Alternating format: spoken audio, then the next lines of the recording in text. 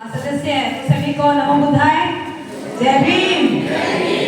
तो मुझे मालूम है समय काफी हो गया है और बहुत ही सुंदर ऐसे दो मनोगत हमने अभी यहाँ सुने हैं।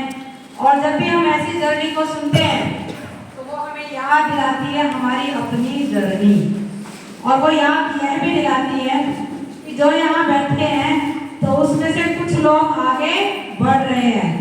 उनको वह प्रेरणा देने का काम करती है कि जब उनके जीवन की कठिनाइयों को पार करते हुए अगर वो तीन रत्नों के प्रति अपने आप को प्रतिज्ञाबद्ध हो सकते हैं तो फिर हम भी कर सकते हैं।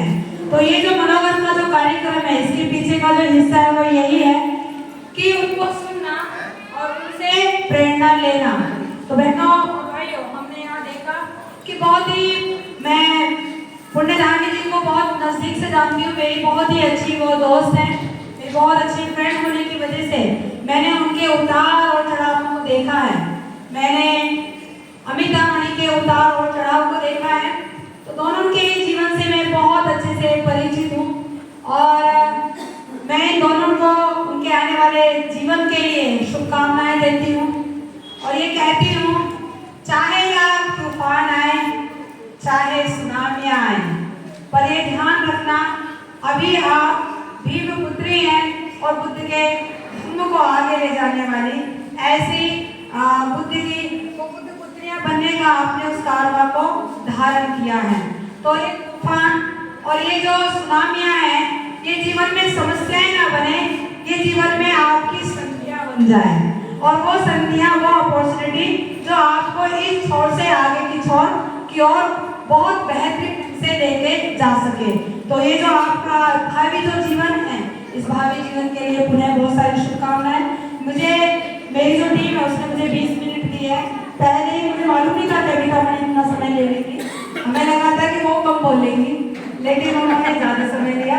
और फिर मुझे ये भी लगा कि ये जो भेद था कि पढ़ी लिखी और एक बिना पढ़ी, तो सही में उनके वो जो अपने अनुभव थे तो उन अनुभवों को लेकर वो बहुत सहज ढंग से बात कर रही थी।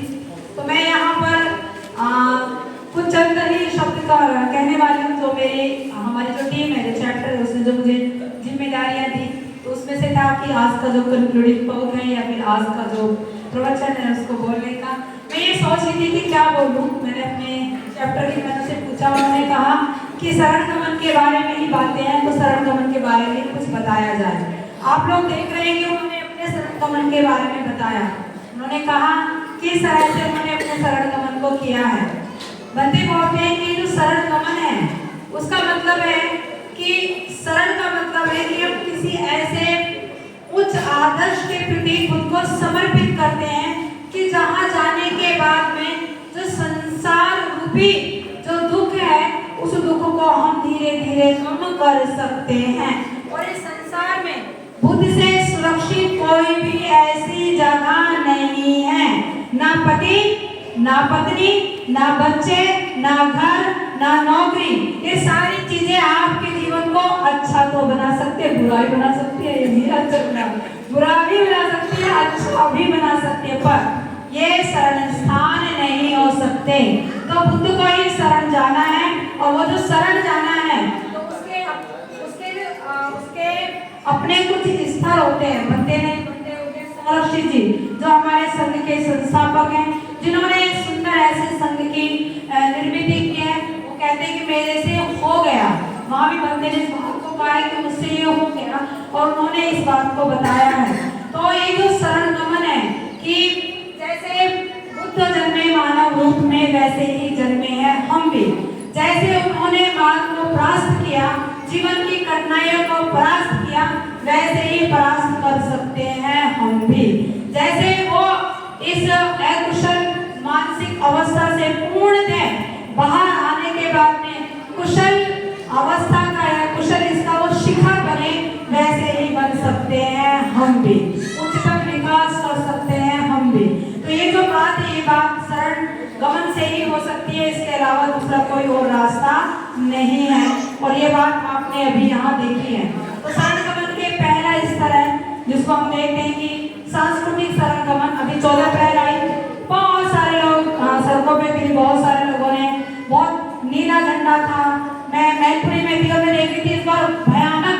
बड़ी ऐसी रैली थी इस बार, बहुत ही ज्यादा मात्रा में लोग। जब यहाँ बाबा साहब जय भीम सुने, गानों पे था, माथों पे था, हाथों पे था, इस बार जय भीम हर तरफ लिखा हुआ था। हालांकि उस चीज को देखकर मैं मैत्री में थी, मैं भाव विभोर होकर मेरे आंखों से आंसू बहने लगे। और फिर मेरे साथ मंदिर थी, मैंने उनसे कहा काश ये कारवां सही सनातन की ओर जुड़ जाए तो नजारा कुछ और ही होगा, पर वैसा होना इतना आसान भी नहीं है। उनके साथ में मतलब मैं देख रही थी, हालांकि मैंने पहले तो मैंने मुंह ही थोड़ा सा छुपा लिया क्योंकि मेरे आंखों से बहुत आंसू बहने लगे। और मंदिर जी ने मुझे कुछ कहा नहीं, मैं थोड़ा पीछे चली गई, मन ही मन बातें बार बार दोहरा रही थी, काश ये कारवां अगर इस प्रभाव के साथ जुड़ जाए तो कितना अच्छा होगा। तो ये सांस्कृतिक शरणगमन है, कभी कभी 14 अप्रैल है, बुद्ध पूर्णिमा है, विशेष ऐसे त्योहारों पर इकट्ठा आ जाना। उसके बाद में फिर इसी सांस्कृतिक शरणगमन से तात्कालिक शरणगमन की ओर जाते हैं। फिर हमें लगने लगता है कि इतना पर्याप्त नहीं है, चलो भाई थोड़ा बहुत और कर लेते हैं। कभी कहीं प्रोग्राम में चले गए, कहीं कहीं शिविरों में चले गए, कुछ चीजों का आयोजन कर लिया, और इस तरह से हम फिर कभी कभी, तात्कालिक का मतलब है कभी कभी, है ना, हम शरणगमन करने लगते हैं बुद्ध को अपने जीवन में शरण स्थान या उनको उनके जैसा बनने का प्रयास करने की ओर अग्रसर होते हैं। तो तात्कालिक शरणगमन की ओर हम अग्रसर होते हैं। और उसके बाद में अगला जो शरणगमन का स्तर आता है, तो ये स्तर है, पहला जो है वही दूसरे की ओर लेके आता है, और दूसरा स्तर ही आपको तीसरे की ओर लेकर आता है। तो ये सांस्कृतिक शरणगमन ही तात्कालिकता को जन्म देता है। तात्कालिक शरणगमन को, तात्कालिक शरणगमन से ही व्यक्ति फिर परिणामकारी शरणगमन की ओर वाट चाल करता है या अग्रसर होता है। और अभी हमने इस बात को देखा कि ये दोनों बहनें जो बता रही थी अभी अपने परिणामकारक शरणगमन की ओर, कि एक तरफ मतलब परिवार की जिम्मेदारी, जैसे अमिता जैसे पुण्यधारिणी बता रही थी कि परिवार बहुत छोटा था, वो चारों ही व्यक्ति थे, कोई और भी नहीं था जिम्मेदारी उठाने वाला, फिर भी उन्होंने प्रयास किया। मैं देखती हूँ कि शाक्य को पुण्यधारिणी के उस प्रयास को, उस उनकी जो प्रतिज्ञाबद्धता है उसको मैंने देखा है कानपुर में, कितना अथक प्रयास उन्हें करना पड़ता है। तो फिर धीरे धीरे करके व्यक्ति वो परिणामकारक शरणगमन की ओर आता है। अपने पुराना जो सब है, पुरानी जो उसकी आदतें हैं, पुरानी जो ऐसी वो रूढ़ी परंपराएं, इन सब चीजों में जो जकड़न है उसकी, उन जकड़नों को वो धीरे धीरे ढीला करने लगता है।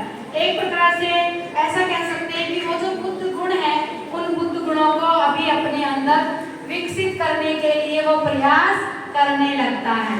और वो जब वो प्रयास करने लगता है अपने जीवन में, तो उसके जीवन में बदल होने लगता है।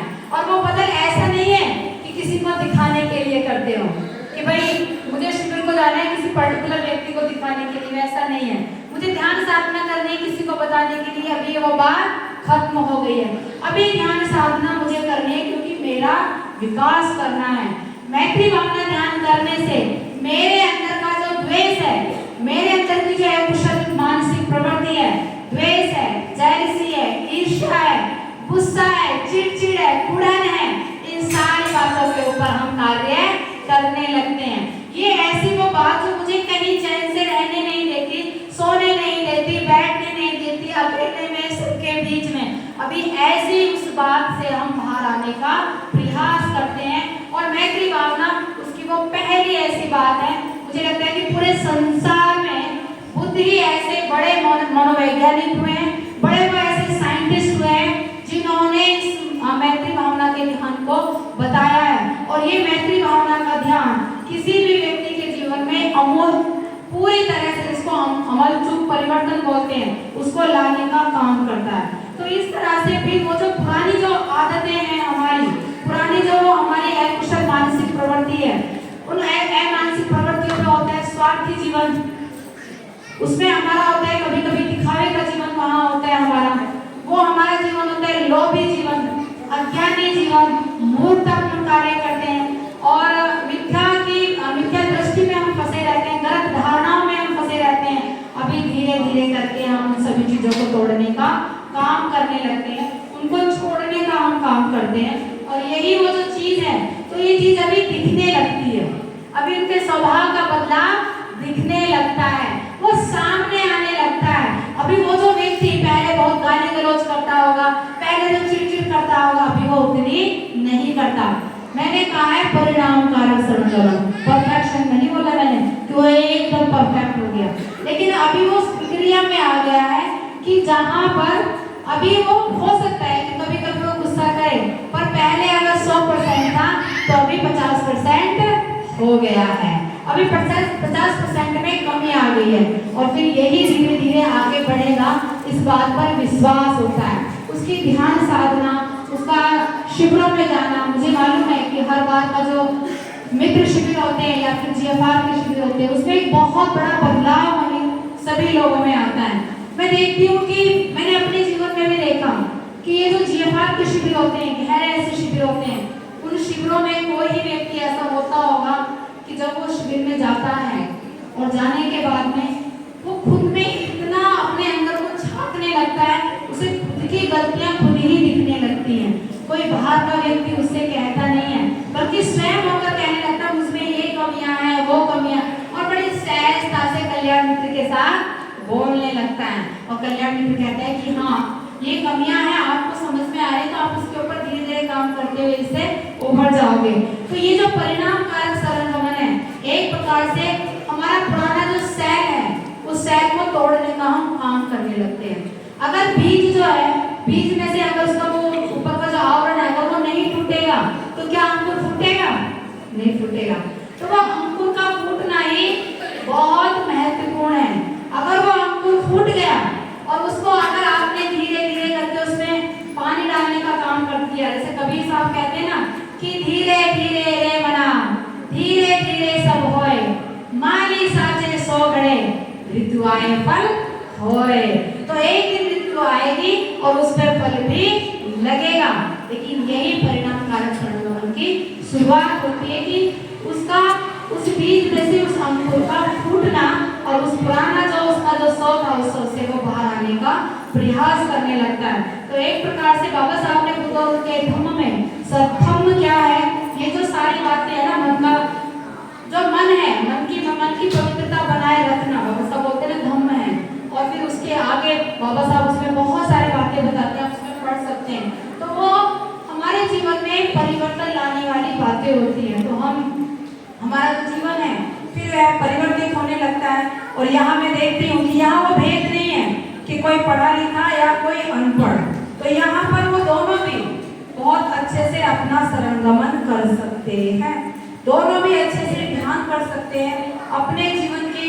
ये जो मन की जो कमजोरियां हैं, मन की कमजोरियों में लोभ है, द्वेष है, अज्ञान है, इन मन की कमजोरियों से व्यक्ति बाहर आ सकता है। और ये जो उदाहरण है, मुझे लगता है कि आपने सुबह सोच ली थी कि ज्ञान सागर जी की और विमलशील जी की दीक्षा एक साथ ली थी, और वहां पर एक बहुत पढ़ा लिखा व्यक्ति था और दूसरे पढ़े लिखे नहीं थे। और वहां पर मैं देखती हूँ कि ज्ञान विमलशील जी के अगर उनसे पूछो ना बहुत जाकर तो ऐसे उंगलियों पे रहता था, उनसे पूछो 5 यानी बुद्धमंडल उंगलियों पे रहते थे। और कभी कभी मैं ऐसे पूछा हालांकि बताइए जरा से, हाँ जरा जैसे बताइए, और वो तुरंत उस चीज को कहने लगते थे, मानो जैसे उनके जीवन में वो चीज रच बस गई थी। जब मैं आज सुबह याद कर रही थी, मैं बोल रही थी आज पुण्यधारिणी वो शिक्षिका है और आज जो अमिता मणि है वो पढ़ी लिखी नहीं है।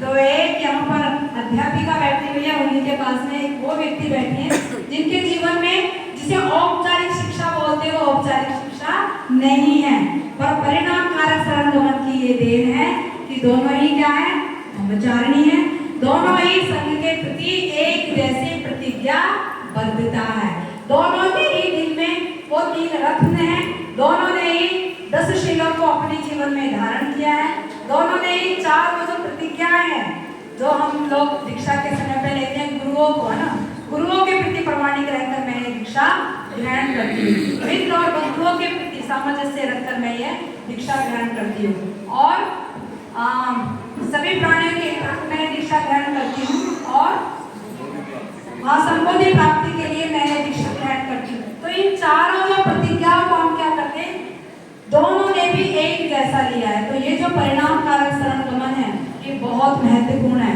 मैं ये नहीं कह रही कि इन्होंने अभी परिणाम कारक सरंगमन किया, मैंने भी परिणाम कारक सरंगमन, जितने भी हम कैसे वाले हैं सब परिणाम कारक शरण गमन किए हुए हैं, 10 शीलों को धारण किया है, मगर यही रुकना नहीं है, यही पर्याप्त नहीं है। और ध्यान में रखिए, आपको प्रयास ब्रह्मचारिणी बनने के लिए नहीं करना है, नेवर एवर। कभी भी ऑर्डर बनने के लिए प्रयास मत करिए। आपको प्रयास करना है बुद्धत्व प्राप्ति के लिए, प्रयास करना है और ज्यादा अपने जीवन को बदलने के लिए। उस मार्ग पर यह एक पड़ाव है, उस मार्ग का यह एक पड़ाव है। परंतु अगर सिर्फ उसके लिए प्रयास करोगे तो ऐसा होगा कि वो मिलने के बाद घर बैठ जाओगे, दिखाई ना देने के, और बड़ी बड़ी जिम्मेदारियों को लेने से डरेंगे, आगे नहीं आएंगे। तो यह उस मार्ग का एक पड़ाव है, वो मार्ग कंप्लीट नहीं है। और फिर वहीं से आगे बढ़ते हैं, फिर आते हैं सच्चे शरण गमन की ओर। और वो जो सच्चा शरण गमन है, तो बनते कहते हैं कि अभी आप ब्रह्मचारी हो गए, अभी आपका काम शुरू, अब यहाँ से आपको प्रयास करना है एक प्रकार से सच्चे शरण गमन को करने का। और वो जो सच्चा शरण गमन करना है, वो सभी ब्रह्मचारियों के जीवन में बहुत महत्वपूर्ण होता है। और वो है कि 3 बंधनों को तोड़ना, वो है सत्कार दिट्ठि, विचिकित्सा और शील परामर्श। मैं इसके डिटेल में नहीं जाऊंगी, मगर सत्कार दिट्ठि का मतलब होता है पक्का दृष्टिकोण बना के रखना, मैं ऐसी हूँ, ऐसी रहने वाली हूँ, बदलने वाली नहीं हूँ। परंतु वैसा नहीं है। जब हम धीरे धीरे ध्यान साधना करेंगे, धीरे धीरे जब हम इनको आत्मसात करेंगे तो बदल होगा ही। और आपने इन दोनों बहनों को देखा है कि उसी हिस्सा है कि उन्होंने अपने जीवन में बदलाव किया, पर ये पर्याप्त नहीं है, इसके भी आगे हमें अपने जीवन को और बदलना है। तो ये जो सत्कार दिट्ठि है, ये पूरी तरह से टूटती है, ना बदलने वाली प्रवृत्ति, पक्का दृष्टिकोण, इस चीज को पूरी तरह से जब तोड़ देते हैं तो वो सच्चे शरण गमन की ओर आते हैं। विचिकित्सा हमारे जीवन में रहती है, शंकाएं रहती हैं, कुशंकाएं रहती हैं। तो वो शंका और कुशंका का जो जीवन है, कई बार बहुत लोग ध्यान साधना करते हैं और ध्यान साधना करते वक्त ध्यान साधना पे भी शंका हो सकती है, क्या करेंगे ब्रह्मचारी में, क्या होगा ये करके, क्या होगा शरण गमन करके। अंदर में भी कभी कभी शंकाएं आ सकती हैं, उन शंकाओं से पूरी तरह से बाहर आ जाना, इस जीवन को देखना कि ये 3 रत्न हैं, ये वास्तव में ही महत्वपूर्ण है और यही मेरे जीवन में एक उच्चतम स्थान रखते हैं। कोई भी किसी भी प्रकार की इस बुद्ध के मार्ग के ऊपर किसी भी प्रकार की शंका नहीं होती, इस बदल के ऊपर शंका नहीं होती। तो हमारे जीवन में जो शंकाएं, जो कुशंकाएं, इस जीवन से हम पूरी तरह से बाहर आते हैं। और फिर ये दूसरा बंधन जो है, इसको दूसरे बंधन को तोड़ने की प्रक्रिया में हम आते हैं, फिर है शील व्रत परामर्श, इसको बोलते हैं दिखावे का जीवन। तो हमारा जीवन दिखावे के जीवन से कंप्लीटली जब बाहर आता है तो वह सच्चा शरण गमन होता है। ये सच्चा शरण गमन करने वाला व्यक्ति श्रोतापन हो जाता है, वो एक प्रकार से उस प्रवाह में आ जाता है, जो प्रवाह आपको समुद्र की ओर ले जाएगा। वो प्रवाह ऐसा है कि अभी वो प्रवाह ही आपको आगे की ओर ले जाने का प्रयास करेगा, आपको बहुत प्रयास करने की आवश्यकता नहीं पड़ती, क्योंकि अभी आप प्रवाह में आ गए हो। मानो आप नदी के बीच में आ गए और नदी के बीच में आकर वो जो प्रवाह बह रहा है, अब तो भैया वो आपको आगे ले ही जाएगा, तो आपको वहां तक आने के लिए तो प्रयास करना पड़ेगा। तो ये विलास है वो सच्चा शरण गमन। और फिर अंतिम जो है उसको बोलते हैं अंतिम शरण गमन, कि वहां बुद्ध ही बुद्ध की शरण में जाते हैं। तो ये जो हमारे जो शरण गमन के स्तर है, तो इन शरण गमन के स्तर को हमारे जो जीवन है, तो एक जो स्तर है वो दूसरे स्तर को बढ़ाता है, दूसरे से तीसरा, तीसरे से चौथे और चौथे से 5वें स्तर की ओर हमें जाना होता है। तो इस प्रकार से ये जो संघ है, ये संघ सभी को मदद करता है कि वो व्यक्ति जो है वो परिणाम कारक शरण गमन से सही में सच्चे शरण गमन की ओर है और सच्चा शरण गमन करके अपने जीवन का वह उच्चतम विकास कर सकता है। जो बाबा साहब ने भी कहा है ना, बाबा साहब कहते हैं कल्टीवेशन ऑफ द माइंड, तो माइंड का कल्टीवेशन करना, माइंड का उच्चतम विकास करना। बाबा साहब कहते हैं कि वही मनुष्य का एक अंतिम ध्येय होना चाहिए, अल्टीमेट एम होना चाहिए ना, ह्यूमन एग्जिस्टेंस का।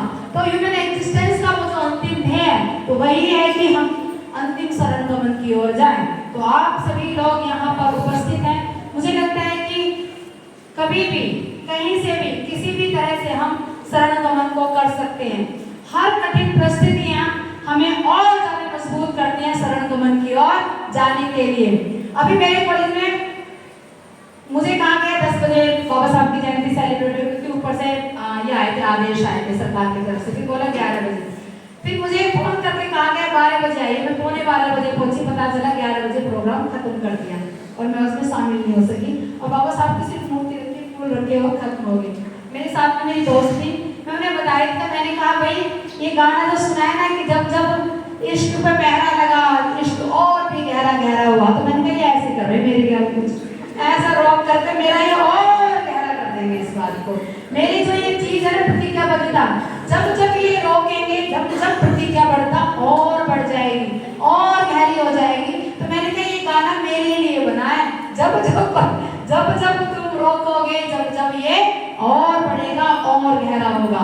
तो ये जीवन की जो कठिनाइयां हैं, ये जीवन की जो परेशानियां हैं, ये धर्म जीवन को और गहरा करने के लिए आती हैं। तो ये विशेष तौर से मैं बहनों से कहूंगी, क्योंकि महिलाएं आज हमारी 2 बहनों का ही मनोगत था। और देखो यहाँ बहनों की संख्या ज्यादा है, पुरुष भाइयों आगे पीछे घूम के देख लो, पुरुषों की संख्या तो मेरा है। तो आज मैं ये जो हमारी बहनें यहाँ उपस्थित है, तो मैं उनसे पुनः कहूंगी कि जीवन में चाहे कितनी भी परेशानियां आए, चाहे कितने भी दुख आए, लेकिन एक बात ध्यान में रखना कि इस परेशानियों से, इन दुखों से मात्र एक ही ऐसा बात है, एक ही ऐसी दवा है जो आपको पूर्ण सुख दे सकती है, वो है आपका 3 रत्नों के प्रति सही में ही शरण गमन करना। 3 रत्नों को अपने केंद्र में रखना, अपने हृदय में सजोना। और जब आप हृदय में सजोएंगी तो ये जो महिलाएं हैं, तो जैसे एक गुरु है पद्म संभव, वो कहते हैं कि महिलाओं का जो शरीर है, महिला जिस प्रकार से अपने आप को मतलब बनाती हैं कि वो डिवोटेड होती हैं, अगर वो डिवोशन पूरी की पूरी तरह से अगर बुद्ध धर्म और संघ को दे दे, तो उन्हें बुद्ध प्राप्ति से कोई भी व्यक्ति रोक नहीं सकता, ना पति रोके ना बच्चे रोके। तो आपको कोई भी व्यक्ति, कोई भी आपको रोक नहीं सकती उस और जाने से, परंतु ये आपके और हमारे ऊपर है कि किस तरह से हम इन 3 रत्नों को, बुद्ध धर्म और संघ को अपने जीवन में स्थान देते हैं। जितना जितना आप उसको स्थान देंगे, उतना उतना ही आपको आगे बढ़ाने का काम करेंगे। आपके आगे बढ़ाने का मतलब है आपके जीवन के कष्ट, परेशानियां वो स्वतः ही धीरे धीरे कम होने लगेंगी, क्योंकि आपका मन उतना डेवलप हो जाएगा कि वो हर परेशानी को परेशानी ना समझकर चुनौती समझेगा, चुनौती ना समझकर संधि समझ लेगा। तो मैं यहाँ पर अभी मेरा टॉक को कंक्लूड करती हूँ और इस अंतिम इसमें मैं बहुत बहुत साधुवाद करती हूँ।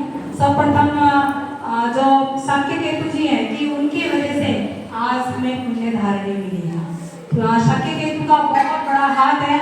और मैं देखती हूँ कि अभी भी जब भी कानपुर में कोई प्रोग्राम होता है, सभी लोग उनके यहाँ रुकते हैं, कैसे वो काम भी करना है घर का, वहाँ का भी देखना है, उधर का भी देखना है। शाक्य केतु कितनी, मैं साधुवाद करती हूँ शांतिशील जी का, जो अमितामणि थी उन्होंने बाद में शांतिशील जी का नाम दिया, लेकिन फिर भी शांतिशील जी के वजह से, क्योंकि वो उन्होंने एक प्रकार से बुद्ध को अपने घर में लेके आए और उसकी वजह से उनके बच्चों में वो परिवर्तन आया, उनके बच्चों में परिवर्तन आया और उसको परिवर्तन की श्रृंखला में स्वयं अमितामणि के जीवन में वो परिवर्तन आया, वो ब्रह्मचारिणी हुई। तो मैं आपका भी बहुत बहुत साधुवाद करती हूँ शांतिशील जी कि आपने इस तरीके का मौका दिया है कि जो आपका परिवार है और आपकी जो जीवन संगिनी है, तो वो आगे 3 रत्नों को आप ही की तरह से प्रतिज्ञाबद्ध होकर जी सकती है।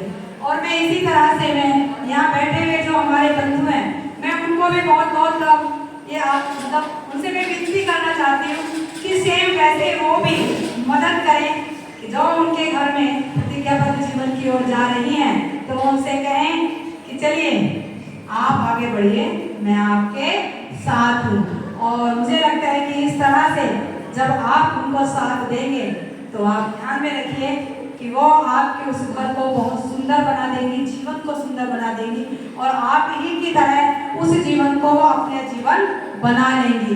तो ये जो सहयोग है, ये सहयोग की अपेक्षा है कि मुझे लगता है कि हमारे जो पुरुष भाई हैं, पुरुष भाई हमारी बहनों का इस तरह से मदद करेंगे। क्या ये हमारी बहनें जो भी प्रोसेस में चल रही हैं, और मैं देखना चाहती हूँ कि ऐसे ही और मनोबल के कार्यक्रम जल्दी यहाँ हो। मैंने अपनी 2 बहनों से कहा, आज वो मुझसे कह रही थी साड़ी पहन लो, मैंने उनसे कहा पहन लूँगी, मगर एक ही शर्त है जिस दिन आपका मनोगत होगा उस दिन मैं साड़ी पहनूंगी, तब तक ना पहनूं इसी बीच में। तो एक प्रकार से ये मतलब मैंने ऐसे ही कहा, परंतु एक बात है कि मेरी जो और बहनें हैं जो भी कोशिश में चल रही हैं, तो उन्हें यहाँ आए और आने के बाद में वैसा ही प्रतिज्ञाबद्ध जीवन को अपना भी जिए। उसके लिए परिवार का और उनके सभी जो उनके साथी है उनका सहयोग अपेक्षित है। तो मैं बहुत बहुत साधुवाद करती हूँ मेरी बहनों का कि उन्होंने मुझे यहाँ पर टाइम दिया बोलने का, और मैं यहाँ पर जो शरण गमन जो थे उस स्तर को मुझे बताना था, और साथ ही मुझे साधुवाद करना था कि बाबा साहब ने यही अपेक्षा की थी अपने पुत्रों से कि वो इस तरह से मिलकर जुलकर काम करेंगे, और इस धम्म का ये जो पूरे भारत को जो बौद्ध में करना है, तो पूरे भारत को बौद्ध में करने का सपना ऐसे ही साकार हो सकता है। तभी भारत पूरा भारत बौद्ध में हो सकता है, प्रबुद्ध भारत बन सकता है, मगर उसके लिए शरण गमन से ही होकर हमें जाना पड़ेगा। तो यही वो एक अंतिम मार्ग है। तो मैं मेरी जो टीम है, मेरा जो चैप्टर है, तो चैप्टर को मैं साधुवाद करती हूँ, मैं धन्यवाद करती हूँ उनको, उन्होंने जो जिम्मेदारी दी। आई होप कि मैंने उसे ठीक ढंग से पूरा किया होगा। सभी को पुनः नमो बुधाय, जय हिंद।